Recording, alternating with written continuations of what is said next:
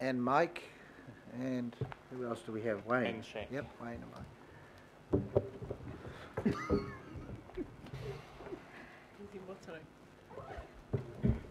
Floor is yours. Sorry for the delay, but it's democracy. Tēnā koutou katoa, ko Michael Frawley Ho, koro tia kai hatua Motat. On my right is Wayne Shack, General Manager of Business Services, and on my left is Mike Spraggan, the Deputy Chair of our board. I'm working on the basis that the draft annual plan has been read, and we're happy to answer any questions that the councillors may have. Short and sweet. Short and sweet. We can't make them wait so long and not ask a question, guys. Yes, you Come can. But if I can, Straightforward. I can actually just leap in and just thank the committee for the increase last year. We decreased our levy request. You will recall that we requested the increase to cover the cost of cleaning and moving our off-site collection. I'm pleased to report that has gone to plan, and we have moved over 10,000 objects, well, cleaned and moved 20,000 objects, some of which are quite large, and are now in our new off-site storage. So we're very grateful for the support that we got last year. Michael, are there still containers of items anywhere? Is everything and I hear this from a past councillor and mayor of Henderson who talks about donating many years ago, and it's all in containers and we don't know what's happened to it. Through the chair, yes, we do still have objects in a number of containers. They've been significantly reduced. There are no significant collection objects in those containers. We're working our way through, I suppose, it must be the last 4 or 5 containers on, we call it Motat 2, but the Meola Road site. I'm not sure what objects or items the councillor is referring to, but the ones of significant historical importance are now either on-site, on display, or off-site, now being cared for in the new facility. And we're down to 4 or 5 other containers, and then the Meola site will be totally cleaned up, sort of thing. Correct. Yeah. Okay, I think we've got a mover in Councillor Simpson and Councillor Cashmore. Yep. Michael, and team, thanks. Just a quick comment, please, on the visitor numbers to Motat and your CapEx program. Right, I'll let Wayne answer the CapEx program one, but the visitor numbers are up. If memory serves me right, we will be up 2% on the previous year.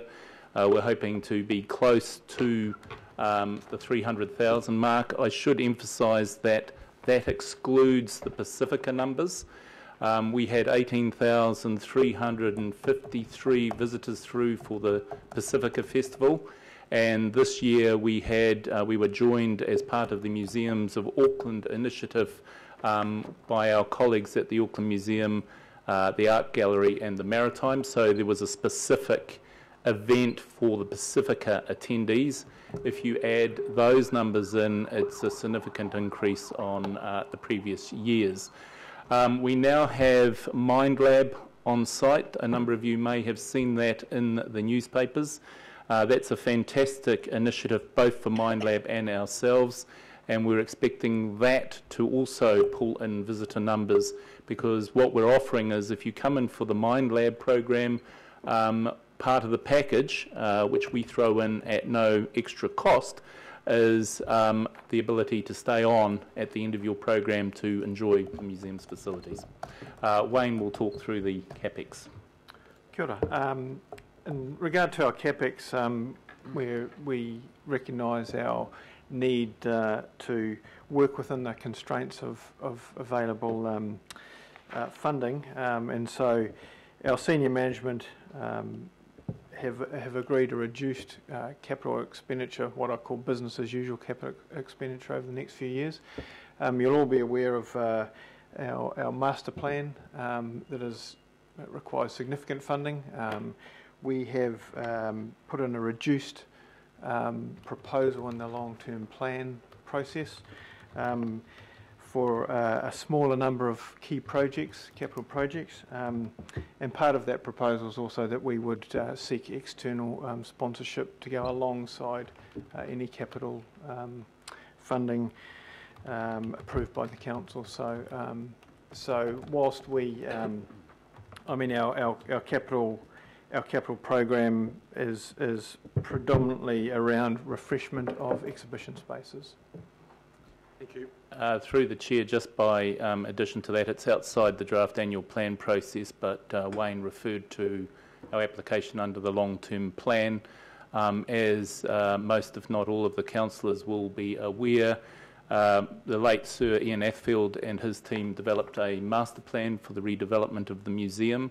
The total cost of that was close to 155 to 160 million. But that was for quite substantial renewal program. We have gone for a stage one approach and under the long-term plan for a $60 million support. The reason that we're doing that is our fear in the long term is that the maintenance costs of just keeping the museum maintained and a really good environment for the visitors and the collection will get more and more expensive. So there are a number of issues that we will have to address. If you look back on previous annual plans, you'll see that we have been working our way through some of the issues that have been touched on today. We have had black mould, we've had asbestos, you name it, we've had it, we've dealt with it, but we are dealing with an ageing infrastructure. So while it's not dealt with in its entirety in here, it's touched on in the draft annual plan that we need to think through on the long-term basis, and that's where the long-term plan application comes in. Thank you, Michael. Councillor Casey. I've got a couple of questions, Michael. The first is about volunteers. There was a bump along the way a couple of years ago with regard to volunteers, and I notice, having read your report, that you have, and I quote, 23% improvement in volunteer engagement. Improvement from what to what?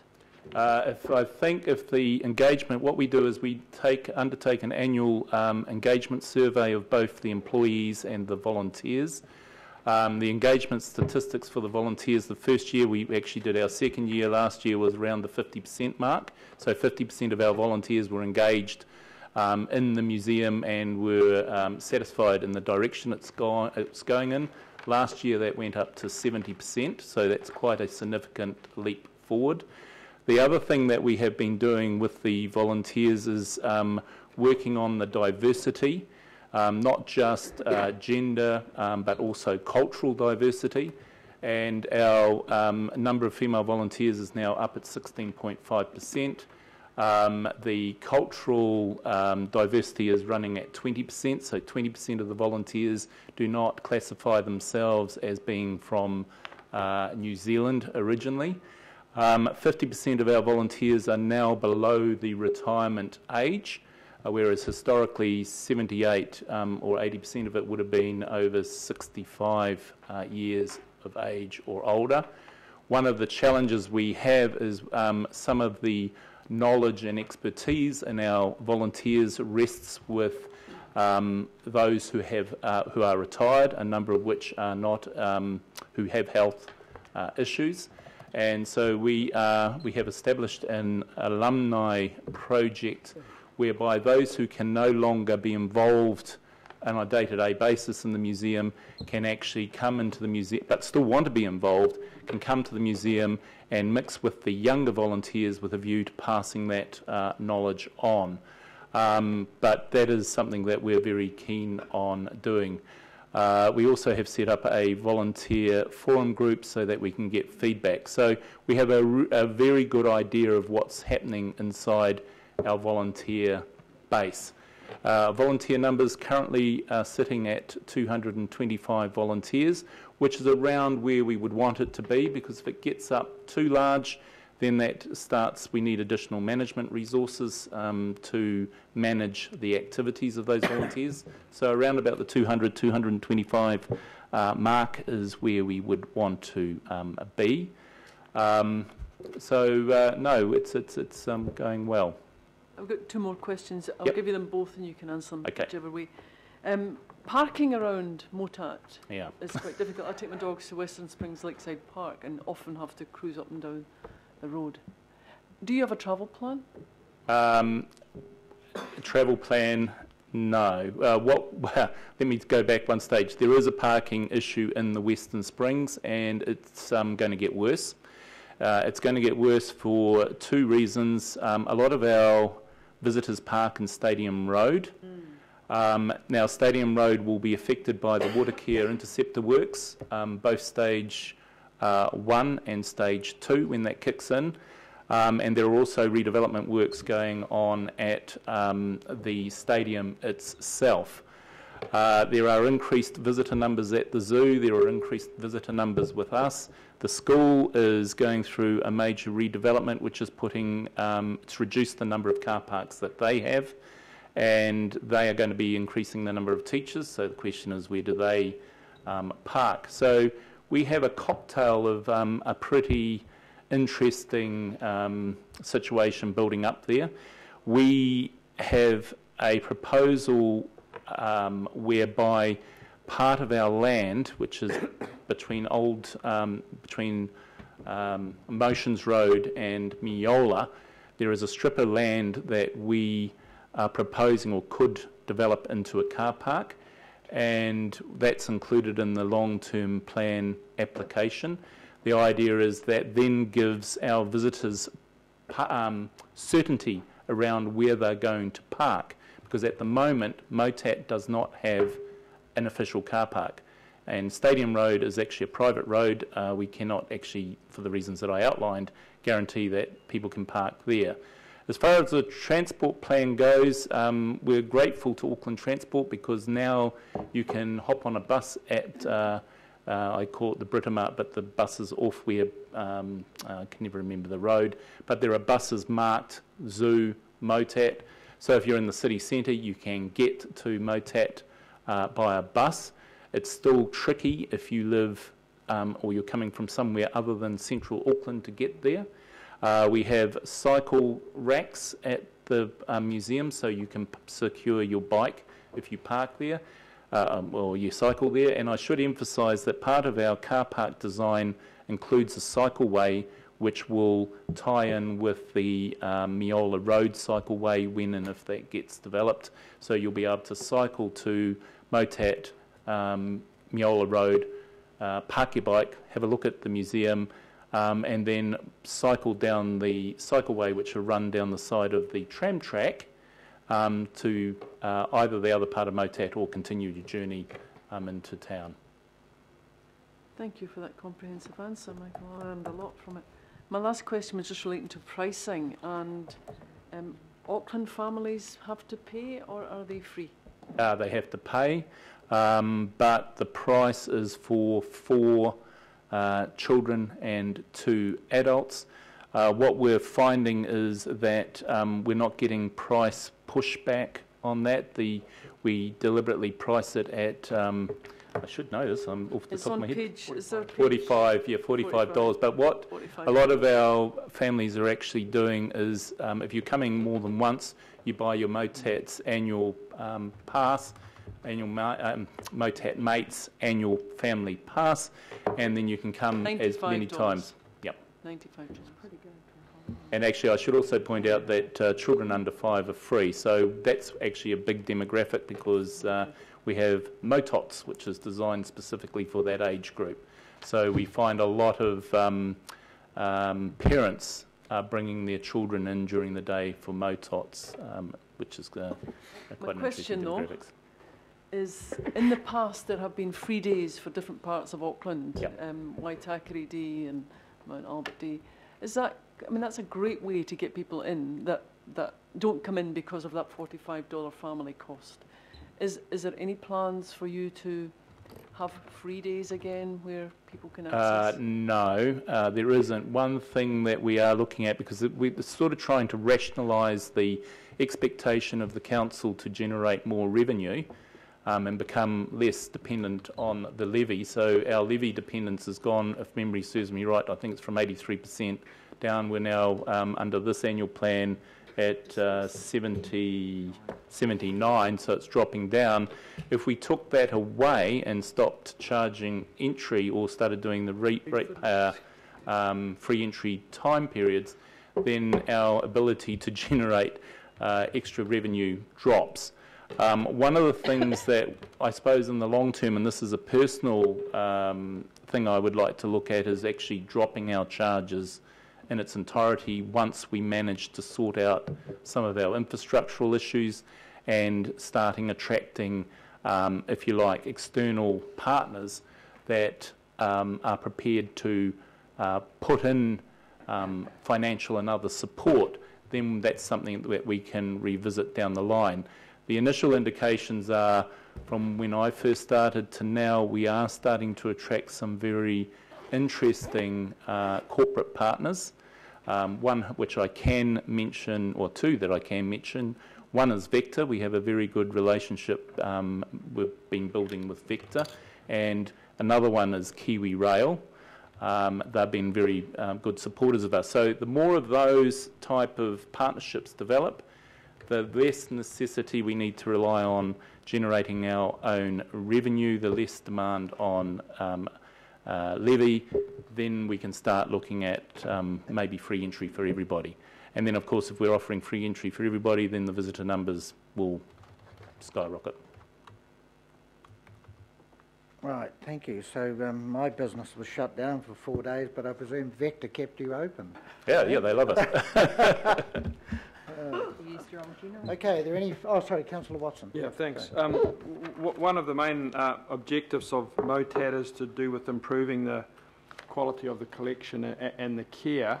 I just wonder, in respect of the aviation wing, I see for 2018-19 there's work there identified for the restoration of the Solent and Sunderland. One of the issues I seem to recall from last time was that there was a number of the planes, and I don't know if it was these particular ones, but perhaps other ones, that were in a rather a parlous state. What's happened with them? Does that program include all those planes, or is it just these ones identified here? What's the way forward there in terms of the aviation work? Very good question. Okay, so in relation to the two specific planes that you referred to, the first one is the Sunderland. That has been repainted and looks immaculate and is now inside the aviation display hall. And we're in the process of working through the interior of that plane. What we did was we took the Solent, which is the teal flying boat that used to do the coral route. That is now outside and was until the weekend covered in nice plastic wrap, ready for it to be repainted, except the plastic wrap's somewhere around Westmere, I suspect. So we're working through those planes, but they're not the only collection items that we've been working on. With the volunteers, we have identified some key projects. Another one is the Meg Merrilies, which is an old steam locomotive. Part of the collection care, moving the collection to its new off-site facility, has given us the opportunity to assess our historically significant objects, and it's also given us the ability to clean them. And we now have a conservator on the team, and we have a view to developing a conservation lab so that we can apply in-house TLC to the objects as and when they're required. So we're working through a collection care program which has been prepared by the collection team. So two of the planes, they're in really good hands, being worked through by a combination of volunteers, employees and external consultants, and then the rest we're working our way through. You were looking for that question, weren't you? I was looking for exactly that question. Yes, I must admit it. I drifted off there for a minute when you mentioned the coral route. I was thinking of Aitutaki and what a wonderful lagoon that is. Now, we have Gary and Chris and Marie at the back representing RFA. is there anything? No, they're just here. Okay. Mike, is there anything you would like to add? I thank you very much, Mr. Chair, for that opportunity. I think Michael's probably said it all, and our focus is really on making sure that the strategy that has been developed and agreed is implemented, and is implemented with care for both time and, of course, money. Thank you. Right. Well, thank you. There are no other questions. So we have a mover and a second, Councillor Simpson and myself seconding. Councillors, all those in favour? Aye. Aye. Thank Kia you, ora team. tātou. Thank you. Kia ora.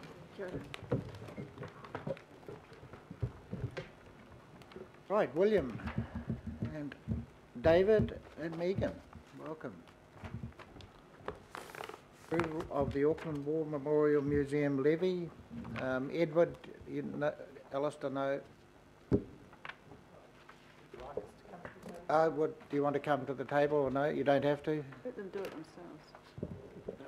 My notes say here to invite Edward, which I did at the previous item as well, actually.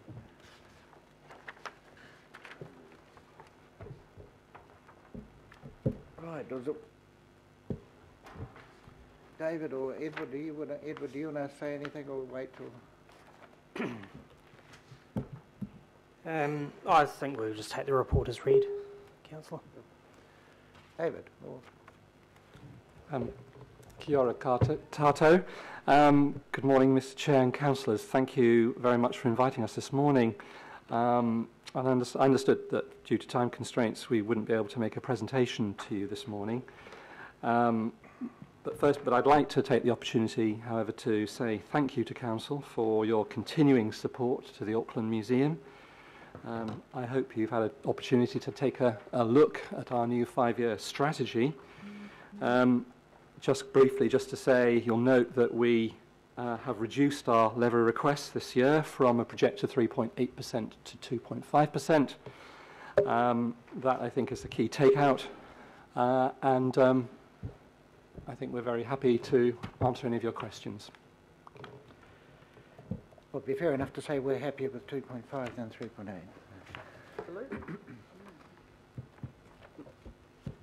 Councillor Walker. Sure, just got a couple of questions. In the report, it identifies some extra bits of information, around collections, care, conservation, public programs and the like. These are some things that RFA is putting up. Any issue around providing that? And I thought you already did actually, but I stand corrected. I hope our annual plan is very clear on our intentions this year and our delivery programme. We're investing in our collections care. We've just mobilised a new off-site study centre for our collections, which will enable us to bring 30% of our collections away from the destination building to enable us to better develop the Auckland War Memorial Museum as a site of interrogation and investigation, a gallery space. And in that process of mobilisation for our capital programme, we're investing in further care and documentation programmes around the collection, particularly the Taonga Māori and Pacific collections at the moment. Thanks. No question, Mr. Chairman. Happy to move. Okay. Right, we have a mover and seek a second to Councillor Simpson. Councillor Casey. David, in your plan, you talk about your 864,000 visitors per year. What's your projection for the future? Yeah, as you see in our 5-year projection, we see the visitation levels rising quite quickly, dramatically as the city grows. Within 5 years, we should be reaching a 1.2 million visitation. One of the great areas of focus of our current capital programme is to enable us to look after our visitors and improve that visitation experience in the South Atrium and around that circulation hub. Our visitation performance is very, very strong. It's increasing at around 11% a year at the moment, and we are on track for to be a world-class museum attraction bringing well over 1 million visitors to the Domain in the next few years. That has very significant implications to how we manage the visitation, however, and we'll be looking more closely at a management plan for that increasing visitation over the next year or so. Which is a nice segue into my real question, which is, I've just heard from Motat that there's a special bus goes from the CBD to the zoo in Motat. Why is there not a bus goes from the CBD to the Auckland Museum?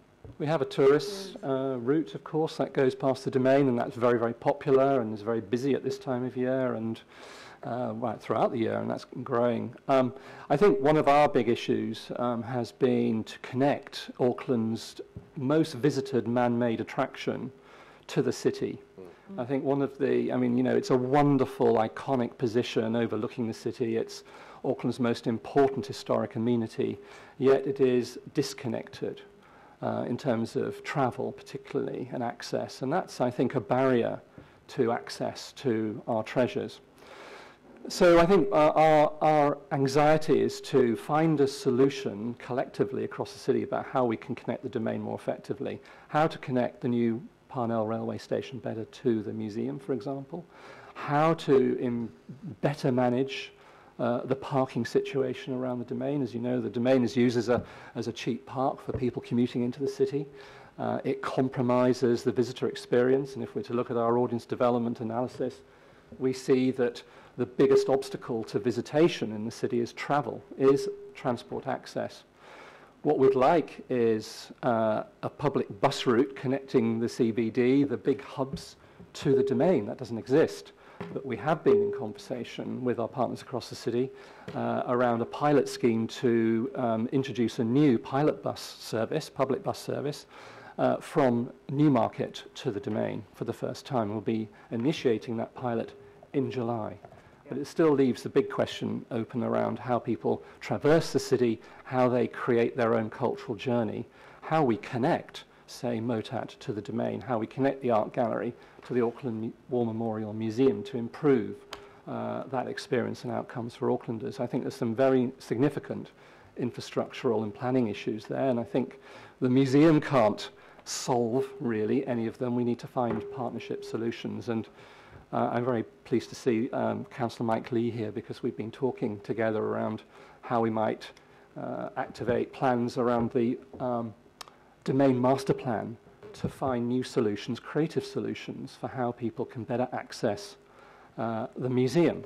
And I should just say that this morning the chair of the Auckland War Memorial Museum and myself turned the sod of a new pathway, pedestrian pathway, linking Morsel Road to Tokyo Road and the south atrium of the museum, our main entry point to the museum experience.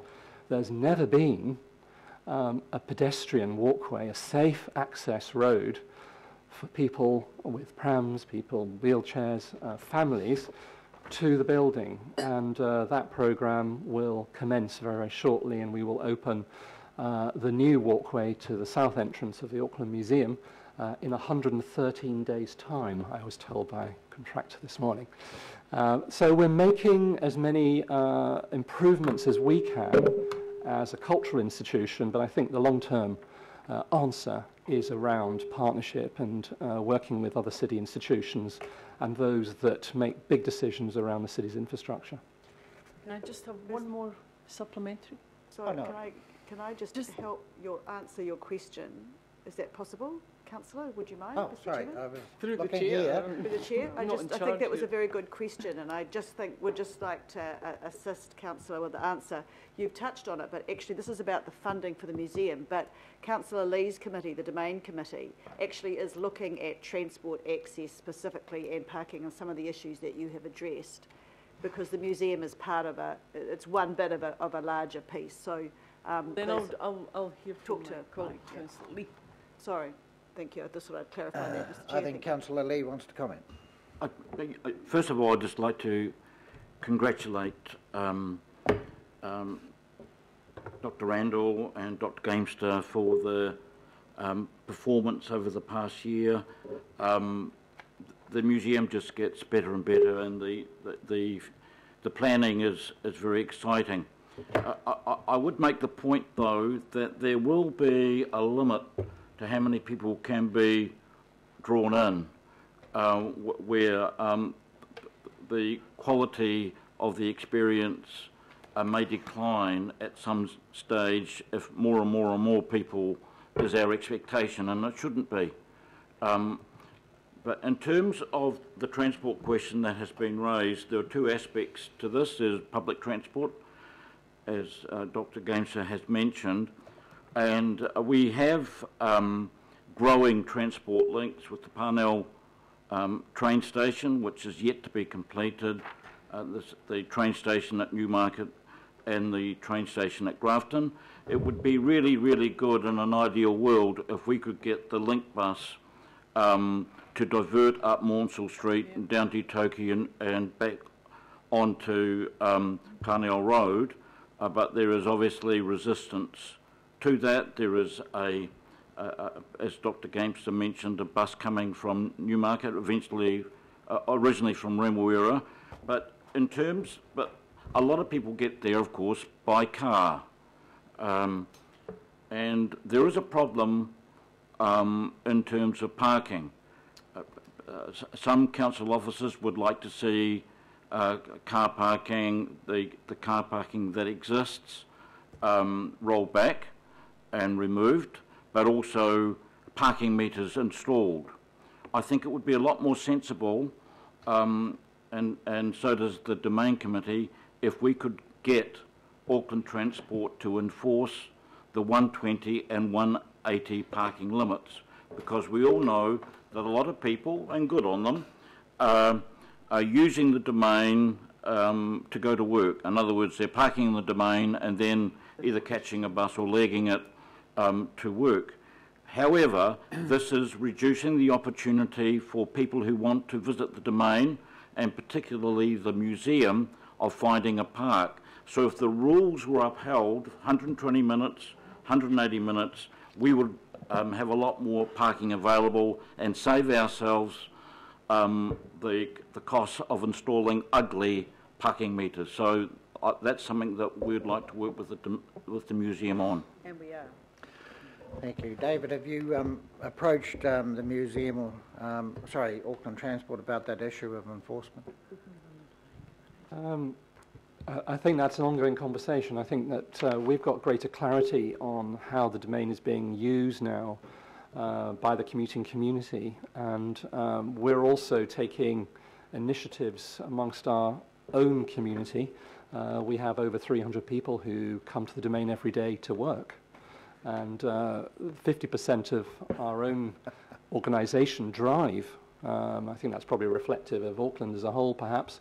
And we have a new travel plan that we've worked very closely with Auckland Transport on, and our intention is to reduce driving to work from 50 to 30% over the next 18 months by introducing new incentives. Now, this is only going to be successful if we also have a coordinated approach to parking across the Domain as a key civic asset. So that is and through the Domain Committee and through councillors, I think we'll have a much more strategic conversation with Auckland Transport going forward. But I think the decisions for actions lie perhaps in that domain rather than in ours.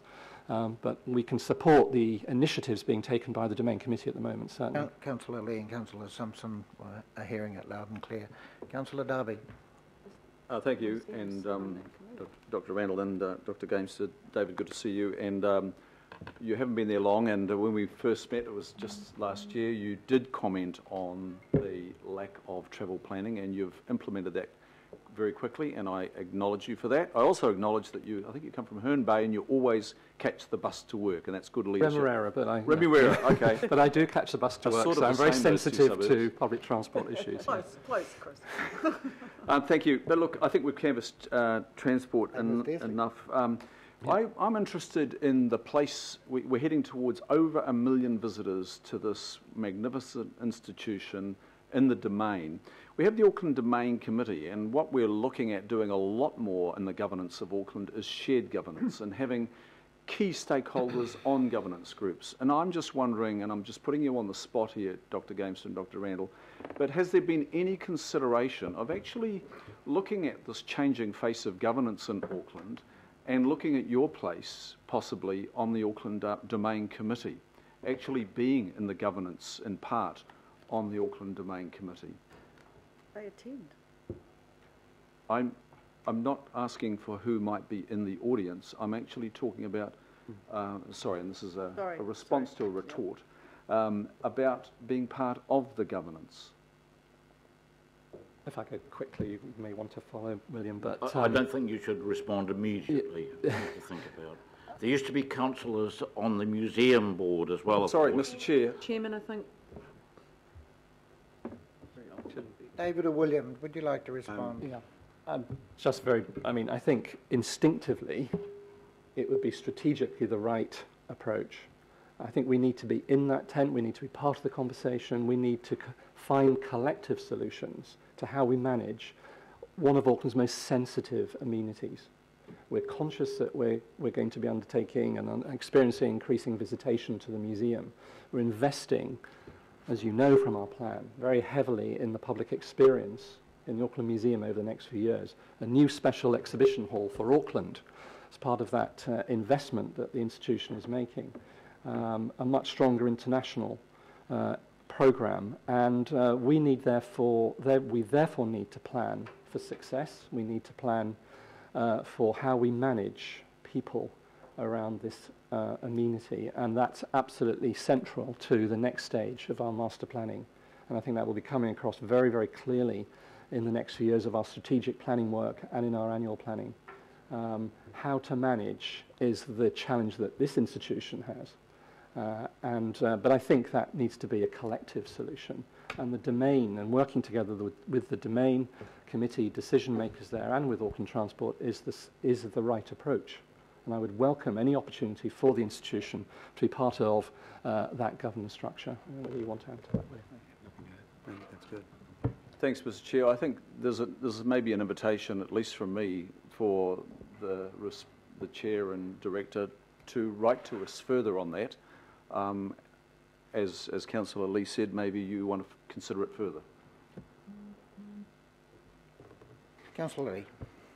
Can I make the point that there was, I believe in the past, a certain boundary between the museum and the domain in the legacy days. We've recognised that, we respect that, but we've also agreed to work across boundaries so that the Domain Committee has met on a number of occasions at the museum, and museum personnel always tend to be at the Domain Committee meetings. But as in the past, I think Auckland City Councillors used to be appointed to the Museum Trust Board, but I think we run things a little bit differently now. Well, good. Well, we try this every day to work collectively and collegially and reach across boundaries. So we've practiced. Councillor Cooper. Thank you. As a member of the Domain Committee, I mean, I think, and also as part of a co-governance for on the Ngāti Whātua Ōrākei Reserves Board, I think the experience of working together and sitting at the table together is often very useful. It's not always going to be plain sailing, but I really welcome something like that, because I think having, you can't divorce the land on which the Auckland War Memorial Museum sits. You can't divorce the two parts, because actually that's very integrated in how that, why people visit there.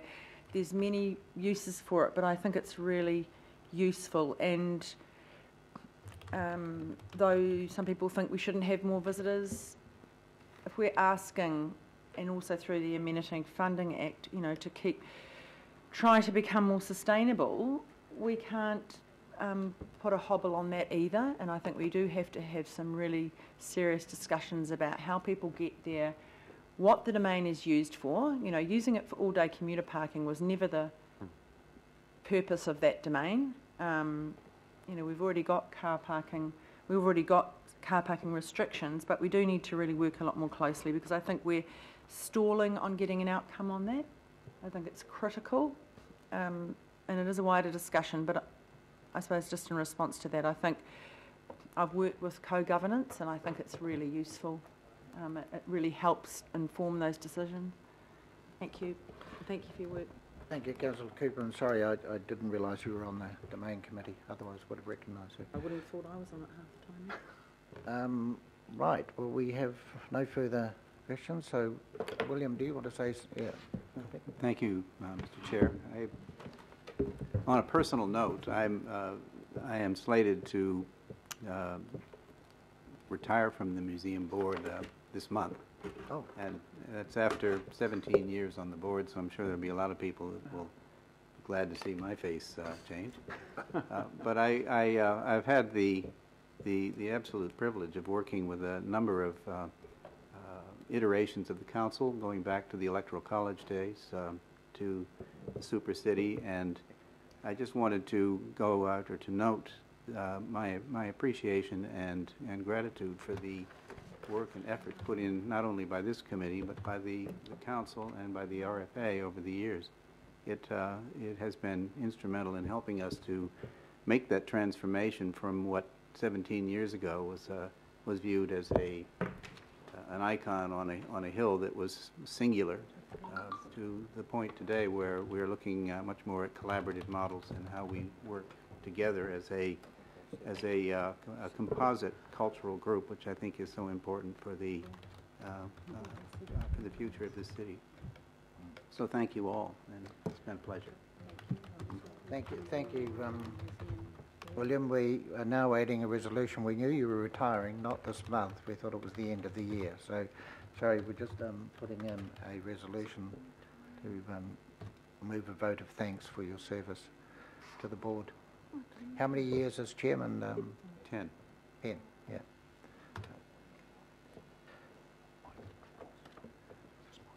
Oh, Councillor Lee. Can I make a personal comment? Yes. That's terrible news, William. You've done such a marvellous job.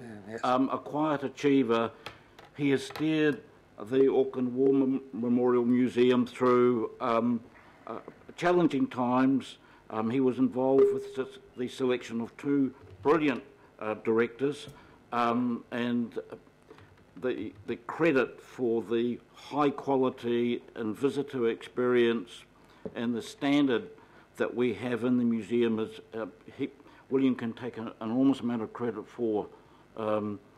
There's a lot that has happened that people haven't seen, but he deserves an enormous amount of credit, and I think it's really sad news for Auckland that he is standing down. So thank you, William. Thank you, Councillor Lee. It's about being surrounded by really good people. Thank you. As these things are for posterity, we're just actually adding in another few words. How are we going?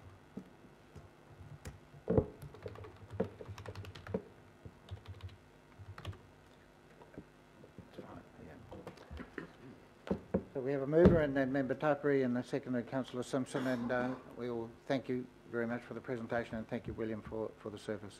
Appreciate it. All those in favour? Aye. Thank you.